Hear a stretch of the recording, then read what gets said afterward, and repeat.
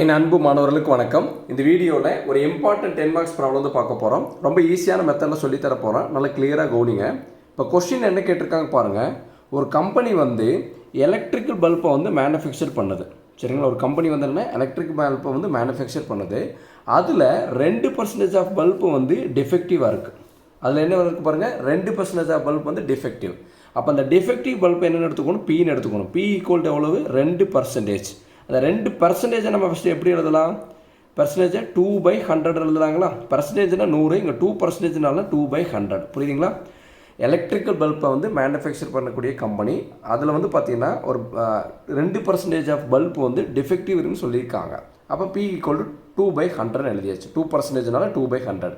அப்போ அவங்க கேள்வி என்ன கேட்டிருக்காங்க பாருங்கள், ஃபைண்ட் த ப்ராபபிலிட்டி கண்டுபிடிக்க சொல்லியிருக்காங்க. எதுக்குன்னா சாம்பிள் ஆஃப் 200 பல்ப்ஸ். இப்போ இது வந்து 200 பல்ப் எடுத்துக்கிறாங்க. அந்த 200 பல்பில் 2 பல்ப்பு மட்டும் லெஸ் தென் 2 பல்ப்ஸ் டிஃபெக்டிவ், 2 பல்போட கம்மியான பல்ப் வந்து டிஃபெக்டிவாக இருக்கணுன்றான ப்ராபபிலிட்டி என்னென்னு கேட்குறாங்க. அடுத்து பாருங்கள், மோர் தென் 3 பல்ப்ஸ் ஆர் டிஃபெக்டிவ்னு சொல்லி கேட்குறாங்க. அப்போ எவ்வளோ சாம்பிள் பல்ப் கொடுத்துருக்காங்க? n equal to 200. Sample bulb வந்து என்னன்னு எடுத்துக்கணும். இங்கே எவ்வளோ பல்ப் கொடுத்துருக்காங்க பாருங்கள், 200 பல்ப் கொடுத்துருக்காங்க. ஒரு எலக்ட்ரிக் பல்பை மேனுஃபேக்சர் பண்ணக்கூடிய கம்பெனியில் 2% ஆஃப் பல்ப் வந்து டிஃபெக்டிவ் வருதுன்னு சொல்லியிருக்காங்க. அந்த 2% பின்னு எடுத்துட்டோம். P equal to 2%, 2/100. மொத்தம் எவ்வளோ பல்ப் கொடுத்துருக்காங்க? 200 பல்ப். அதை என்னன்னு எடுத்துக்கணும். புரியுதுங்களா? இப்போ வந்து என்னென்னா, இது வந்து பாய்சான் டிஸ்ட்ரிபியூஷன். அப்போ பாய்சான் டிஸ்ட்ரிபியூஷனால் ஃபஸ்ட்டு ஸ்டெப் என்ன கண்டுபிடிக்கணும்? லேம்டா கண்டுபிடிக்கணும். லேம்டா எப்படி கண்டுபிடிக்கலாம்? n into P. என்னையும் பியும் மல்டிப்ளை பண்ணால் அது கிடைக்கிறது தான் லேம்டா. இப்போ n என்ன கொடுத்துருக்காங்க பாருங்கள், n வந்து 200 பல்ப், 200. புரியுதா சாமி? அடுத்து பி பாருங்கள், 2/100. சரிங்களா? இப்போ இது அப்படியே கால்குலேட்டரில் டைப் பண்ணுங்க பார்க்கலாம்.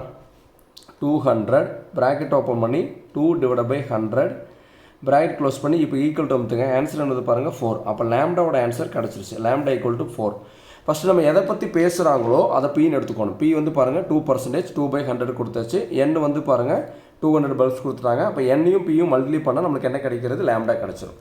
இது எல்லாமே ஸ்டெப் 1ல் வச்சுக்கணும். இப்போ அவங்க கேட்குறது என்னென்னா, ஃபஸ்ட்டு சப்டிவிஷன் பாருங்கள், லெஸ் தென் 2 பல்ப்ஸ்ன்னு கேட்டிருக்காங்க.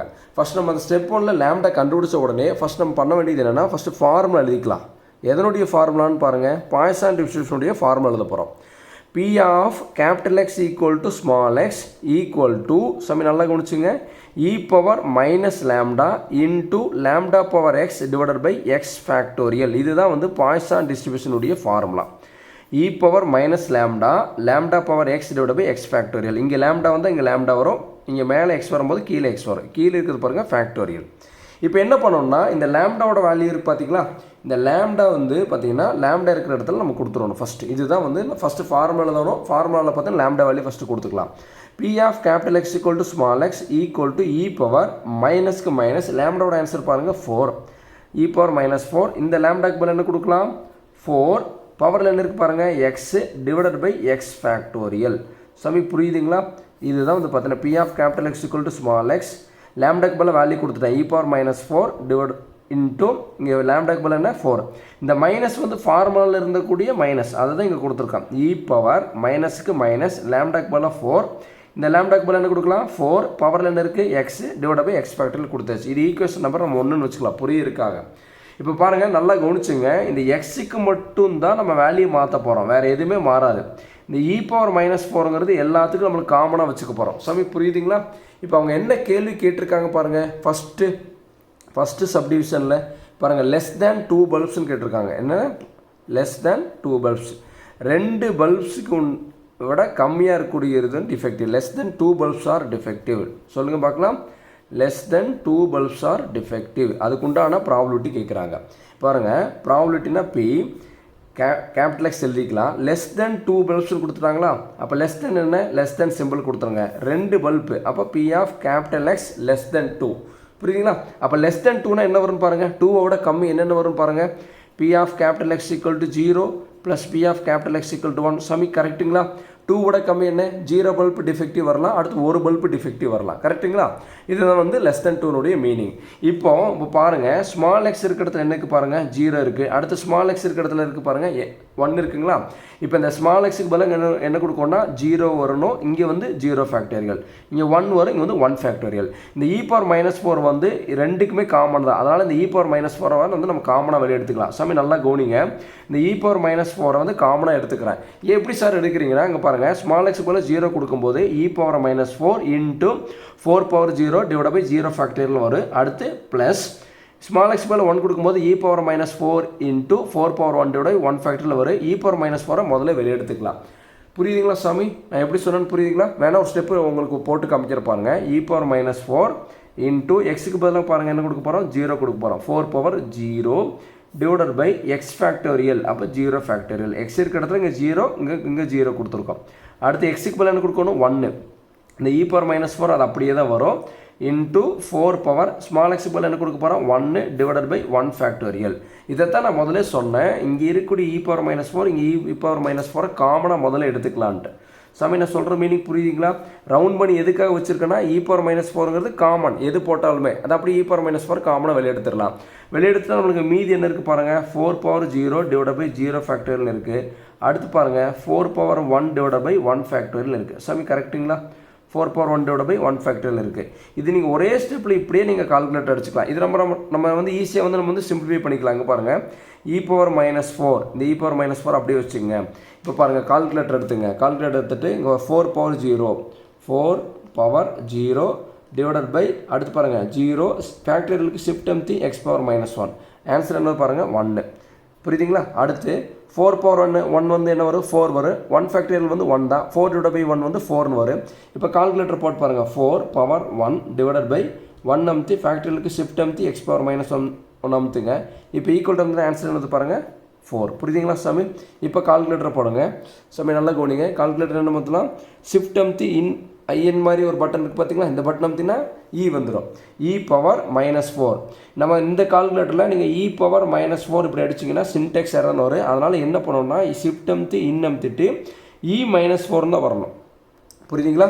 e⁻⁻4 இருந்தாலும் நம்ம e-4 தான் போடணும். அடுத்து ப்ராக்கெட் போட்டு பாருங்கள், 1 + 4 ப்ராக்கெட் க்ளோஸ் பண்ணிட்டு இப்போ ஈக்குவல் அமுத்தி பாருங்கள், என்ன ஆன்சர் வருது பாருங்கள், 0.0915. சாமி புரியுதுங்களா? 0.0915.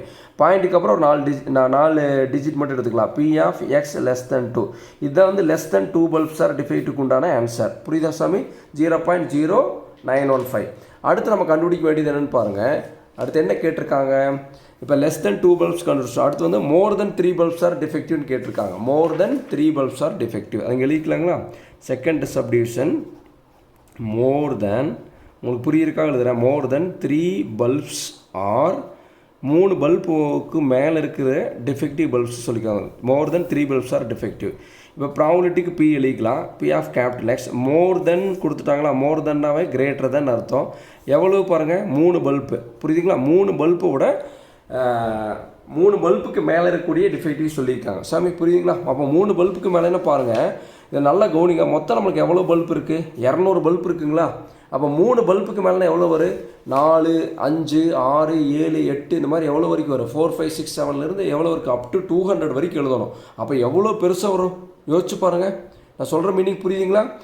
3 பல்புக்கு மேலே இருக்கக்கூடிய 3 பல்புக்கு மேலேன்னு சொல்லிட்டாங்க. 3 பல்புக்கு மேலே என்ன அர்த்தம், 4 பல்ப் வரலாம், 5, 6, 7, 8, 9, 10 இந்த மாதிரி 200 பல்ப் வரைக்கும் போடணும்.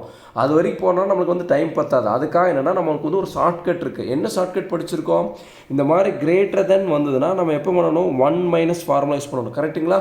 1- யூஸ் பண்ணிட்டு P(X) இந்த கிரேட்டர் தென்க்கு ஆப்போசிட் என்ன இருக்கணும், லெஸ் தென் எழுதணும். சாமி புரியுதுங்களா? இங்கே எப்பயுமே 1- தான். இங்கே கிரேட்டர் தெனுக்கு ஆப்போசிட் லெஸ் தென். கீழே கோடு கொடுத்துருந்தாங்கன்னா நம்ம இங்கே கீழே கோடு கொடுக்கக்கூடாது. இங்கே கீழே கோடு கொடுக்கல, அதனால் கீழே கோடு போட்டுக்கணும். சாமி நான் சொல்கிற மீனிங் புரியுதுங்களா?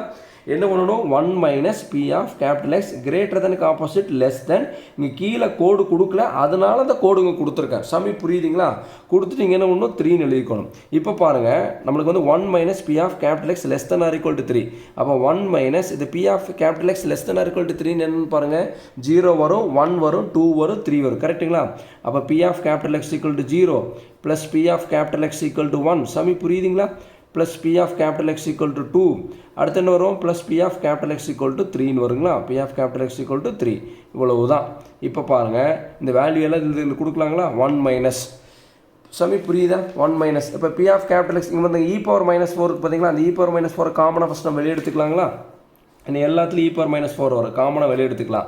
இப்போ பாருங்கள் ஜீரோன்னு, இப்போ இங்கே ஜீரோ இருக்குங்களா, ஜீரோன்னா நம்ம என்ன கொடுக்கலாம், 4 பவர் 0 டிவைட் பை 0 ஃபேக்டோரியல். புரியுதா சாமி?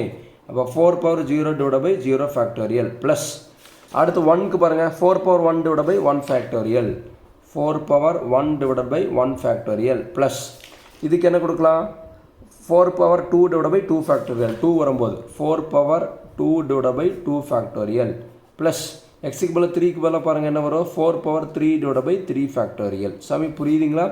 எல்லா இடத்துலையும் இ பவர் மைனஸ் 4 வந்து காமனாக ஃபஸ்ட்டு வெளியே எடுத்துகிட்டு இது வந்து 0னா 0 பை 0 ஃபேக்டோரியல், 1னா 1 பை 1 ஃபேக்டோரியல், 2னா 2 பை 2 ஃபேக்டோரியல், 3க்கு வந்து 3 பை 3 ஃபேக்டோரியல் இப்படி கொடுத்துக்குறோம். இப்போ கொடுத்துட்டு இப்போ என்ன பண்ணோம்னா கால்குலேட்டர் எடுத்து நம்ம வந்து இதை வந்து தனித்தனியாக சிம்பிளி பண்ணலாம்னா ஒரே ஸ்டெப்பில் வந்து நம்ம சால்வ் பண்ணலாம். ஒரே ஸ்டெப்பில் சால்வ் பண்ணோம்னா இங்கிருந்து இது வரைக்கும் நம்ம கால்குலேட்டரை வந்து நம்ம டைப் பண்ணலாம்.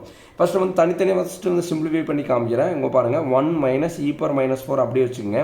ஃபஸ்ட்டு இந்த ப்ராக்கெட்டில் இருக்கிறது பார்த்தீங்கன்னா உள்ளுக்குள்ளே இதை ஃபஸ்ட்டு மட்டும் நம்ம சிம்பிளிஃபை பண்ணலாம். சாமி நான் சொல்கிற மீனிங் புரியுதுங்களா? இதை மட்டும் நம்ம ஃபஸ்ட்டு என்ன பண்ணலாம், சிம்பிளிஃபை பண்ணலாம். ஓகேங்களா? நான் சொல்கிற மீனிங் புரியுங்களா? ஃபஸ்ட்டு இதை மட்டும் ஃபஸ்ட்டு நம்ம சிம்பிளிஃபை பண்ணலாங்களா? சிம்பிளிஃபை பண்ணும்போது இங்கே பாருங்கள் இது எப்படி கொடுக்கோன்னு பாருங்கள்.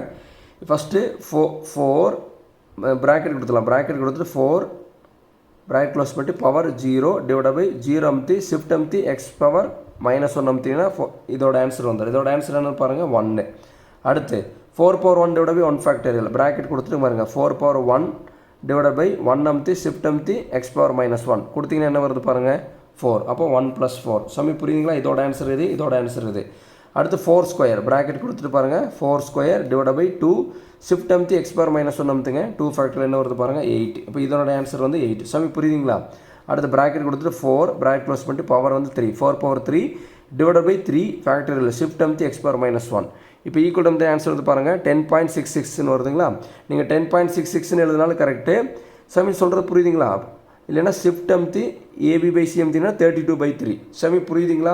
நீங்கள் எப்படி எழுதினாலுமே கரெக்டு. இப்போ வந்து 32/3ன்னு எழுதினாலும் கரெக்டு தான், 10.66ன்னு எழுதினாலும் கரெக்டு தான். சரிங்களா? புரியுதா சாமி? 32/3ன்னு எழுதிக்கலாம். அல்லது டெசிமலுக்கு அப்புறம் 4 டிஜிட், நான் டெசிமலுக்கு அப்புறம் 4 டிஜிட் எடுக்கிறேன். 10.66 அடுத்து என்ன கொடுத்துருக்காங்க, அதுவும் 66 வரதுக்கு அப்படி வச்சுக்கலாம். நீங்கள் 32/3ன்னு எழுதினாலும் கரெக்டு தான். இப்போ நம்மலாம் இதிலிருந்து ஒரே ஸ்டெப் அடிக்க பாருங்க கால்குலேட்டரில் 1 மைனஸ் ஷிஃப்ட் அமுத்தி இந்த இன்னுங்கிற பட்டன் அமுத்திங்க. புரியுங்களா? இப்போ பாருங்கள் இ பவர் -4 பவர் அமுத்தக்கூடாது, என்ன பண்ணால் இ -4ன்னு அமுத்தணும். அமுத்திட்டு ப்ராக்கெட் கொடுங்க. இங்கே என்ன இருக்குது பாருங்கள் 1 + 4 + 8 + 10.666 இன்னொரு 6 ப்ராக்கெட் க்ளோஸ் பண்ணிட்டு பி கூட அமுத்துங்க. இப்போ பி ஆஃப் இங்கே எழுதிக்கலாம், P of capital X greater than 3 equal to 0.5665. இதுதான் வந்து பார்த்தீங்கன்னா மோர் தென் 3 பல்ப்ஸ் ஆர் டிஃபெக்ட்டுக்கு உண்டான ஆன்சர். சாமி புரியுதுங்களா? நல்லா கவனிங்க, பொறுமையாக பாருங்கள், கண்டிப்பாக உங்களுக்கு வந்து புரியும். இந்த வீடியோ உங்களுக்கு பிடிச்சிருந்ததுன்னா மறக்காமல் லைக் பண்ணுங்கள், மற்ற நண்பர்களுக்கும் ஷேர் பண்ணி விடுங்க. நம்மளால் முடிஞ்ச உதவியை நம்ம மற்றவங்களுக்கு செய்யலாம். Thank you students.